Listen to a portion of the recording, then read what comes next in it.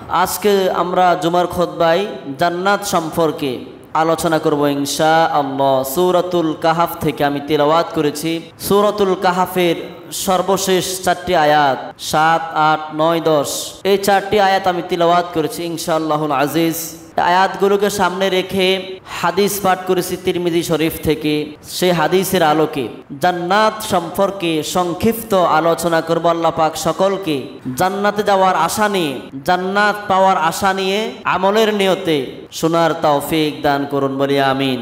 আসুন আমরা সর্বপ্রথম শুনব আল্লাহ পাক রব্বুল আলামিন মানব মণ্ডলীর জন্য কয়টি জান্নাত নির্ধারিত করেছেন।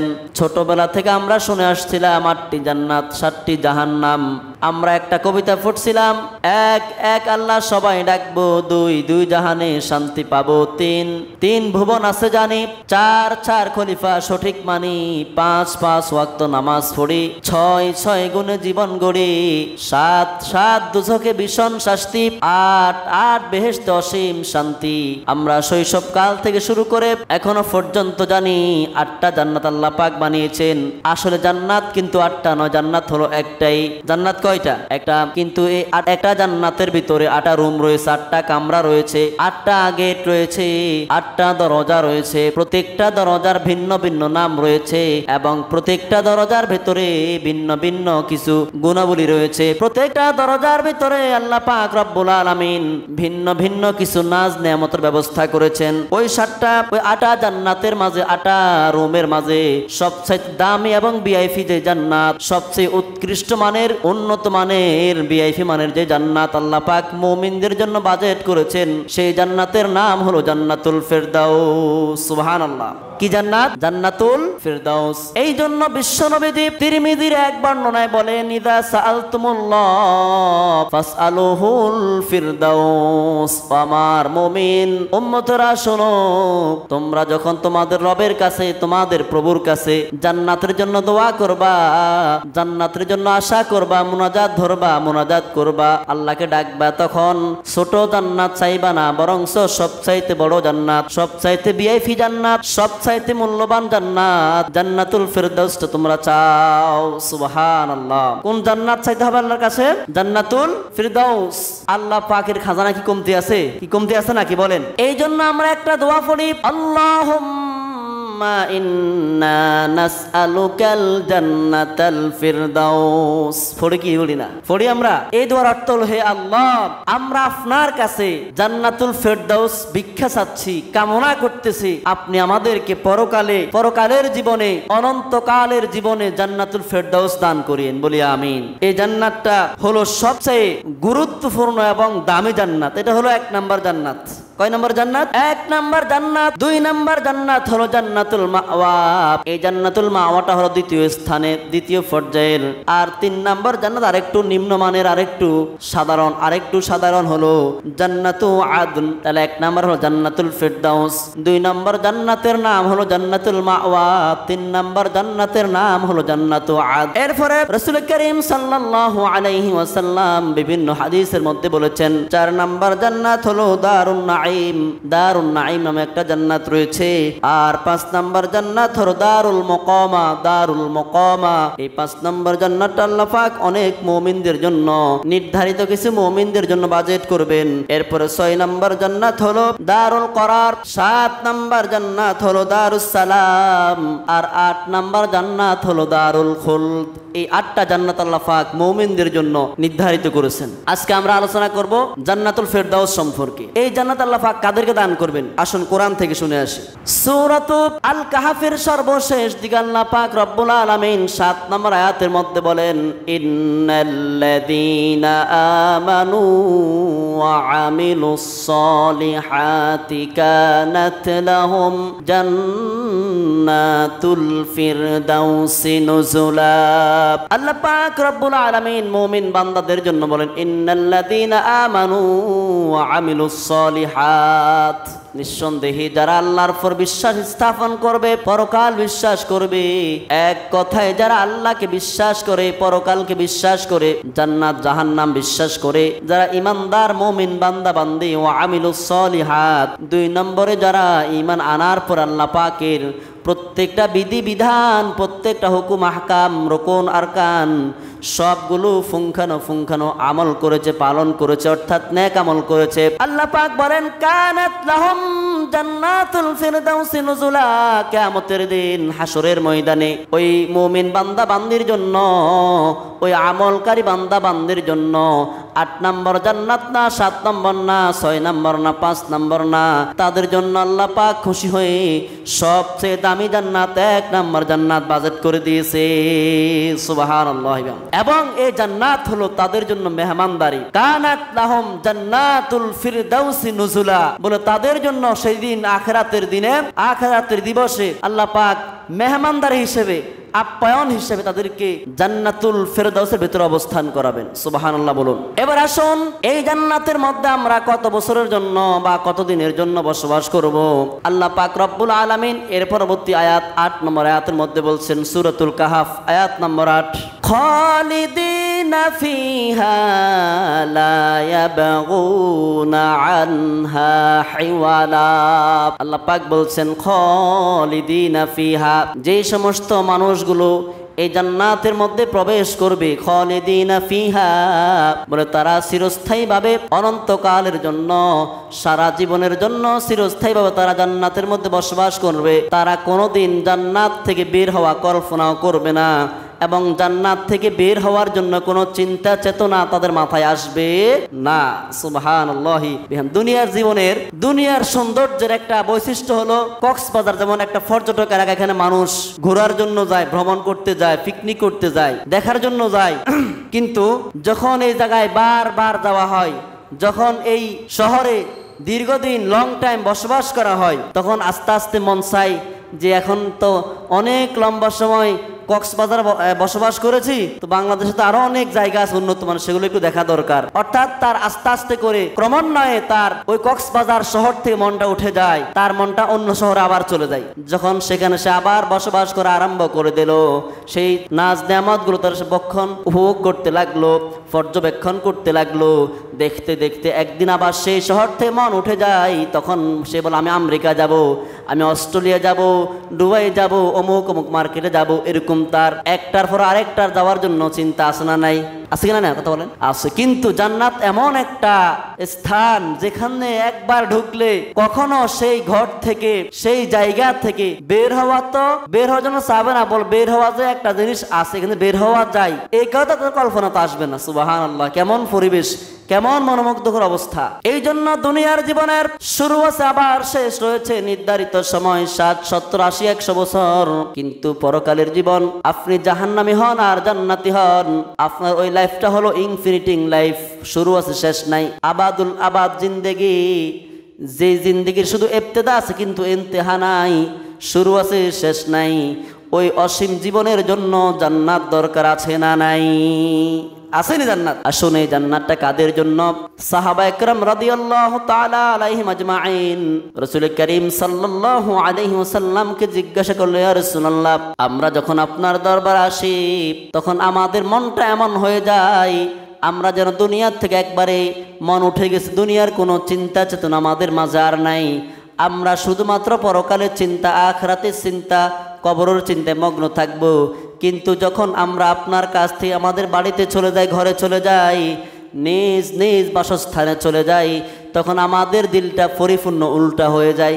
কি হয়ে যায়? যখন আপনার কাছে আসি তখন আমরা মনে হয় যে একবার ভালো হয়ে গেছি, যে কোনো ধরনের দুনিয়াবি লোভ লালসা আমাদের অন্তর আসবে না। কিন্তু যখন আপনার দরবার ত্যাগ করে নিজের ঘরে যায়, নিজের দরবারে যায়, তখন আমাদের মনটা কি হয়ে যায়? উল্টা হয়ে যায়। অর্থাৎ আগে যা ছিল এখন তার বিপরীত। এখন দুনিয়ার আমার একটা বিল্ডিং করতে হবে, আমার অমুক করতে হবে, তমুক করতে হবে, এ ধরনের চিন্তা চেতনা আসে। রাসূলুল্লাহ বলি, ইয়া রাসূলুল্লাহ, আপনি যে জান্নাতুল ফিরদাউসের ওয়াজ করলেন, এই জান্নাতুল ফিরদাউসটা কারা পাবে?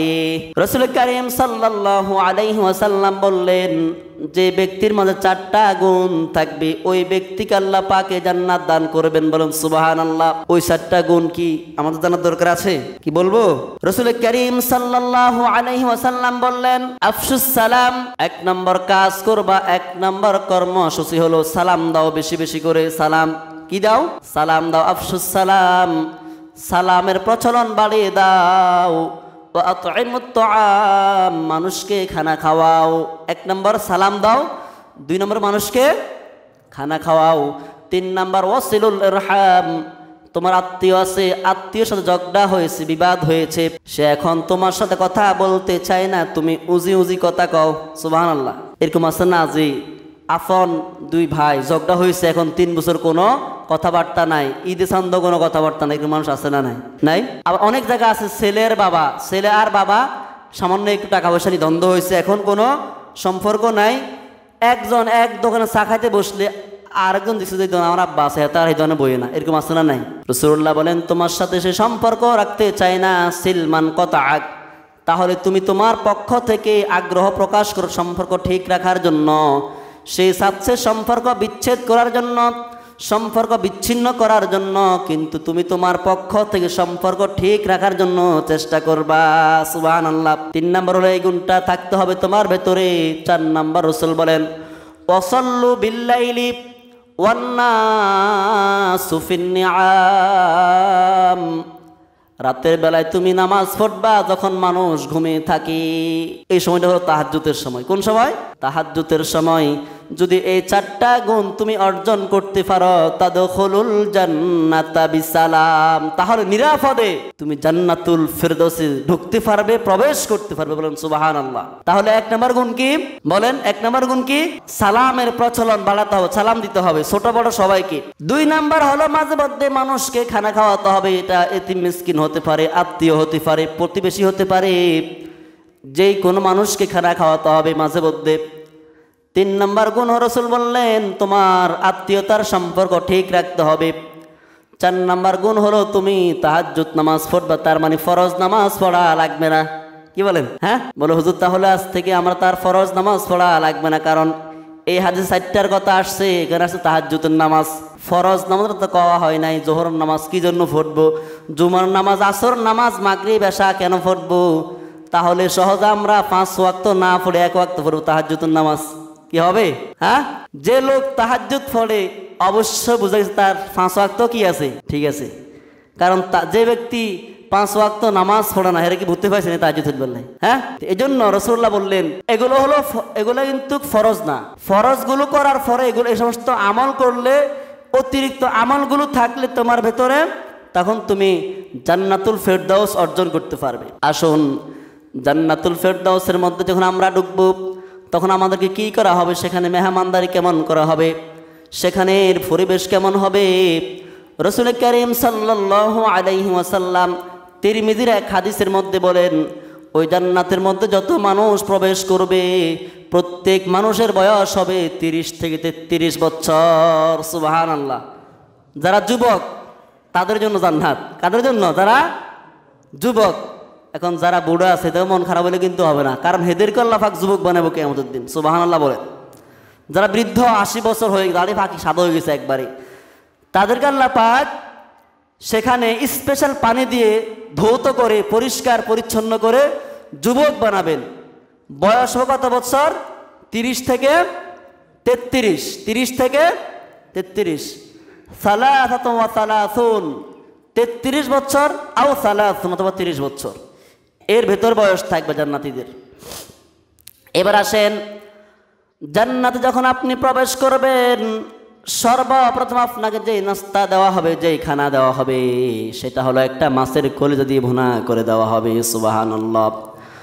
ওই মাছের কলিজা ভুনা আপনাকে প্রথম দেওয়া হবে। এরপর আমরা দুনিয়ার মধ্যে দেখি মানুষ যখন খানা খায় তখন ঘুম আসে। ঘুম আসেনি? আসে না? ঘুম আসে। আবার অনেক সময় খানা খাওয়ার পরে প্রাকৃতিক জরুরত সারার জন্য বাথরুমে যেতে হয়, হয় কি না?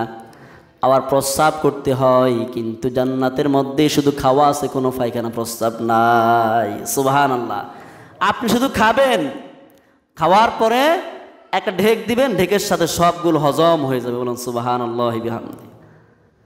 এরপরে রাসূল কারীম সাল্লাল্লাহু আলাইহি সাল্লাম বলেন, ওয়া আহলুল জান্নাতি জুরদুন মুরদুন কুহলুন, দুনিয়ার মধ্যে আমাদেরকে সপ্তাহে একবার সেই হওয়া লাগে, পরিষ্কার পরিচ্ছন্ন হওয়া লাগে, লাগে কিনা? শরীরে অনেক অবাঞ্ছিত পশম রয়েছে, চুল রয়েছে, দাড়ি আছে, মোষ রয়েছে। রাসূলুল্লাহ সাল্লাল্লাহু আলাইহি ওয়াসাল্লাম বললেন, যারা জান্নাতের মধ্যে প্রবেশ করবে তাদের কোনো দাড়ি মোষ থাকবে না, কোনো গোঁফ থাকবে না, নাভির নিচে পশম থাকবে না, নখ থাকবে না। অর্থাৎ সেখানে কোনো পরিষ্কার পরিচ্ছন্ন হাওয়া লাগবে না, সবগুলো ক্লিন থাকবে, পরিষ্কার থাকবে। বলেন সুবহানাল্লাহ।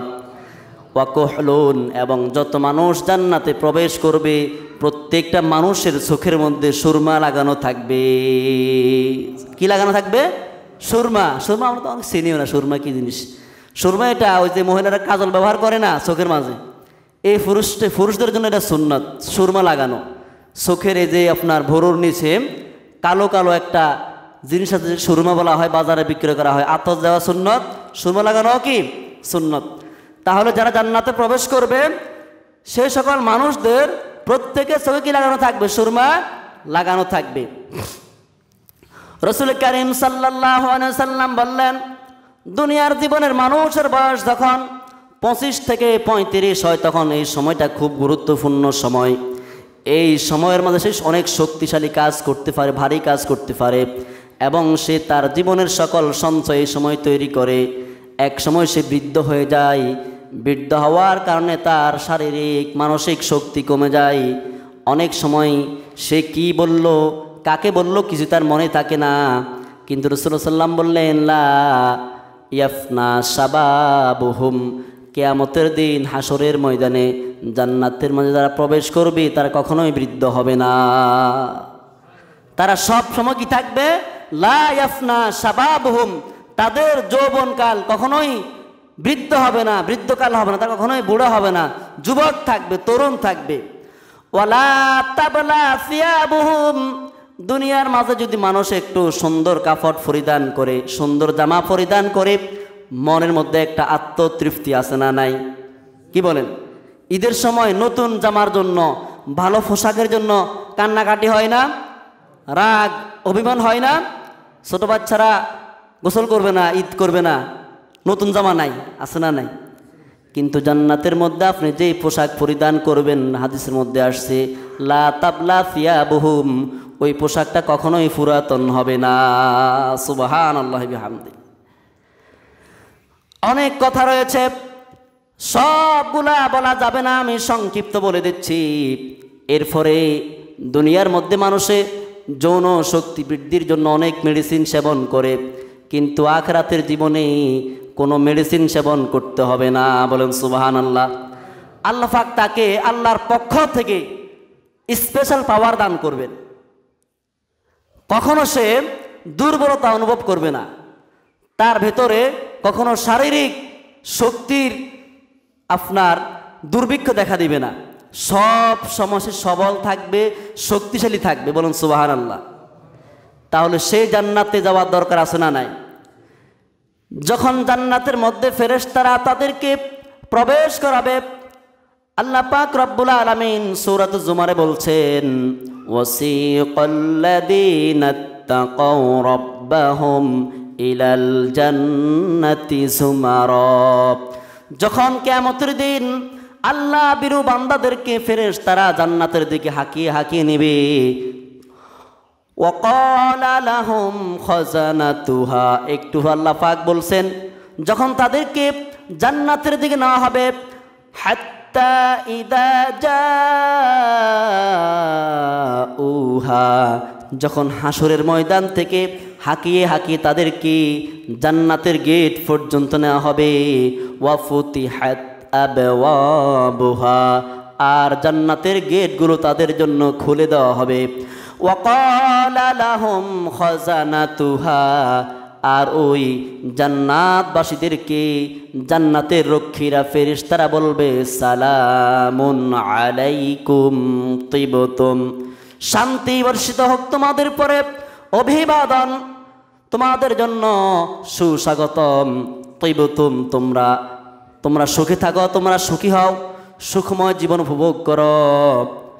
সালামুন আলাইকুম তিবতুম ফাদখুলুহা খালিদিন, আর এই জান্নাতে আজকে প্রবেশ করছো, অনন্তকালের জন্য বসবাস করা শুরু করে দাও। সুবহানাল্লাহ। এরপর যখন জান্নাতীরা প্রবেশ করবে, এখানে অনেক লম্বা আলোচনা, আমি সবগুলো স্পিচ করে চলে যাচ্ছি সামনে, এখানে অনেক কিছু বাদ দিয়ে দিলাম। সর্বশেষ যখন জান্নাতে প্রবেশ করবে, ঢুকার সময় অনেকগুলো গেট ফাড়ি দিবে, অনেকগুলো গেট অতিক্রম করে তারা জান্নাতে প্রবেশ করবে।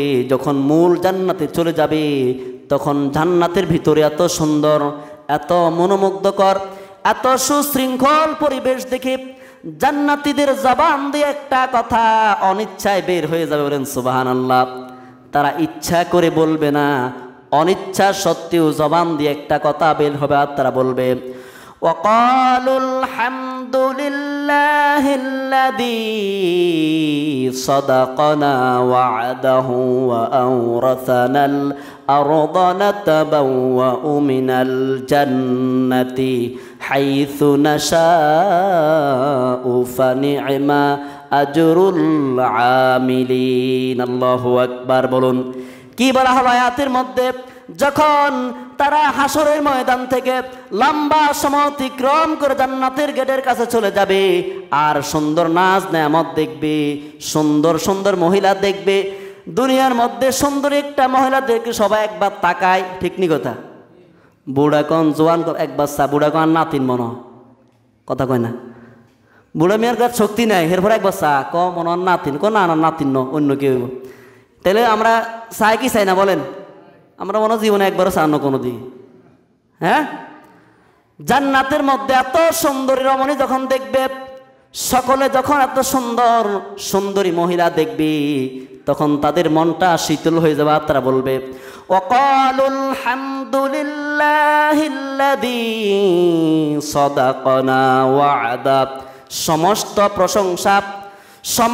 প্রশংসা সেই আল্লাহর জন্য, সাদাকানা ওয়া'দা, যিনি তার ওয়াদা পরিপূর্ণ করেছেন, যিনি তার ওয়াদা সত্যায়ন করেছেন। ওয়া আওরাসানাল আরদা, আর আমাদেরকে জান্নাতের মালিক বানিয়ে দিয়েছে। সুবহানাল্লাহ। নাতাবাওয়াউ মিনাল জান্নাতি হাইসু নাশা, আল্লাহ পাক বলছেন ওই দিন মানুষগুলো বলবে নাতাবাওয়াউ মিনাল জান্নাত, আমরা অবস্থান করব, বসবাস করব মিনাল জান্নাত, জান্নাতের মধ্যে হাইসু নাশা, যেখানে আমাদের মন চাই, আমাদের মন যেখানে চাই সেখানে বসবাস করব। পুরো জান্নাতের মালিক আল্লাহ আমাদেরকে বানিয়ে দিয়েছেন।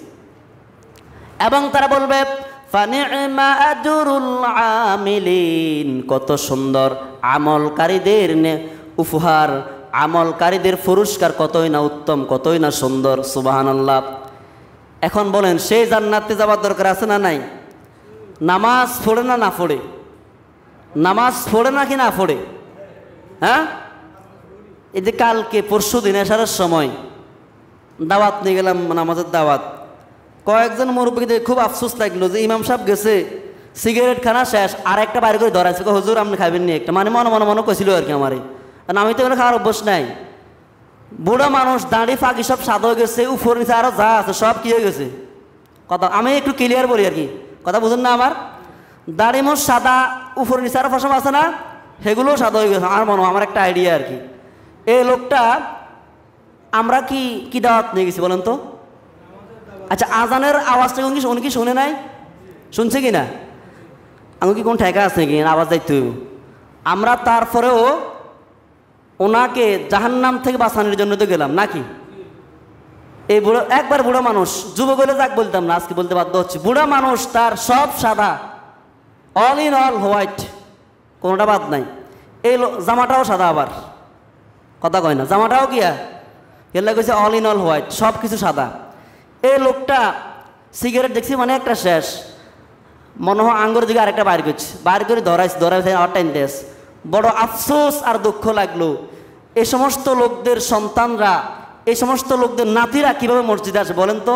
যে আমার দাদা এখনো তো নামাজ পড়ে না, তার মানে এখনো আমাদের নামাজের সময় এখনো কি হয় নাই, অথচ ওনার নাতির সমতুল্য। যখন আমরা গেলাম বের হয়ে আসছে মসজিদ দিকে, সুবহানাল্লাহ, আলহামদুলিল্লাহ।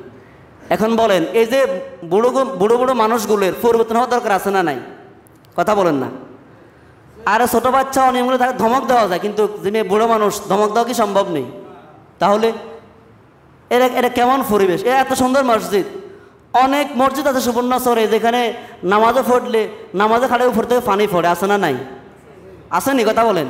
তা আপনার এত সুন্দর রাজের সমাজ, হ্যাঁ, রাজা দিরাজ এত সুন্দর মসজিদ করলেন আপনারা আপনাদের সমর্থনে, আপনাদের অর্থ ব্যয় করে।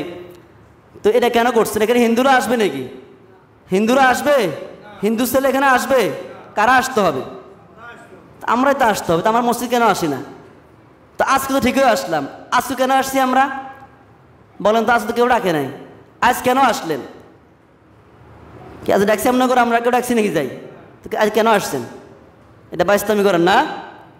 নামাজ পড়তে হতো নি কয়বার? 5 বার। আপনি একবার আয়েন, তাও আপনি লাস্টে দিয়ে আগে দিয়ে চলে যান, শূন্য ধরেন না। এটা কোন ধরনের ফাইজদামি? এটা কিসের নামাজ? এটা বুঝি নামাজ? এই নামাজ নাকি শয়তানি? হ্যাঁ, আপনার সপ্তাহে একদিন আয়েন, তাও ফরজটা ঠুস করে আপনি দান। কোথায় সুন্নতে মুআক্কাদা, কোথায় কি কি এক অবস্থা। আর আপনি হতে এটা কি ফরজ নেই?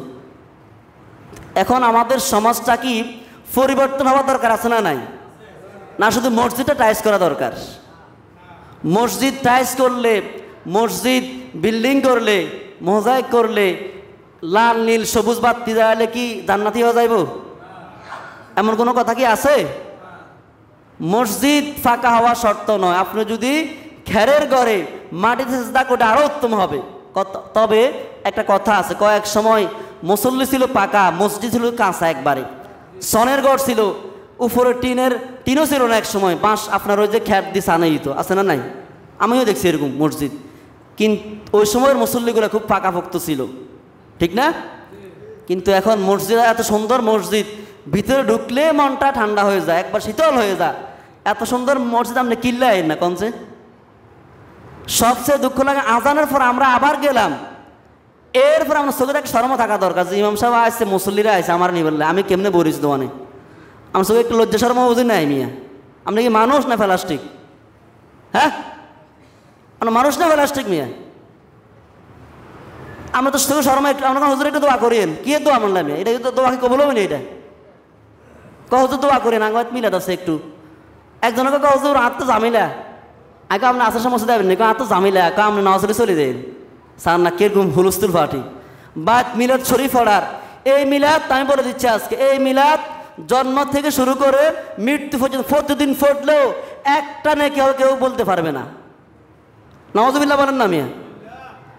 আজ পর্যন্ত কোনো ইমাম সাহেব, কোনো মাওলানা, মুফতি, মুহাদ্দিস বাড়িতে মিলাদ ধরাইছেনি? আমার জীবন, আমি জীবনে কোনোদিন মিলাদ ধরাই না। আর আমরা এটা স্যার কিচ্ছু বুঝুন না, আমরা মিলাদ ধরলে মনে নামাজ কালাম সব মাফ, এটা নিয়ে মনে করেন। এখন তো আমরা এগুলো কইলেও সমস্যা, হুজুরে ওরে নবী দুরুদ ধরে না। মিলাদ মানে হলো জন্ম, অনিটা বানাইছে দুরুদ। মিলাদ কি, কয় কি, হরে কি, কোনো আগামাতা নেই। কথা কি বুঝছেন নি আমার? তো আপনি যে সমস্ত আশা করছেন, একজনকে আর বাতি জায়গা মালান সাহেব, কি সাহেব মানে মাওলানাও কথা মালান সাহেব, যাক ভালো কথা। শুনছিলাম একজন আলম করতে হারলে, একজন আলম বানাইতে হারলে বংশের 70 জনরে জান্নাতে নিব। তো আরেক হাতে বাদ দিব না, আর এখন বাতি যায়, কথা কয় না। আরেকজনকে আর ছেলে হাফেজ, আমার ছেলে হাফেজ, আমার কি নামাজ লাগে? কথা কয় না। আমি শুনছি হুজুররা ওয়াজ করছে, মুক্তি মুহাদ্দিস কি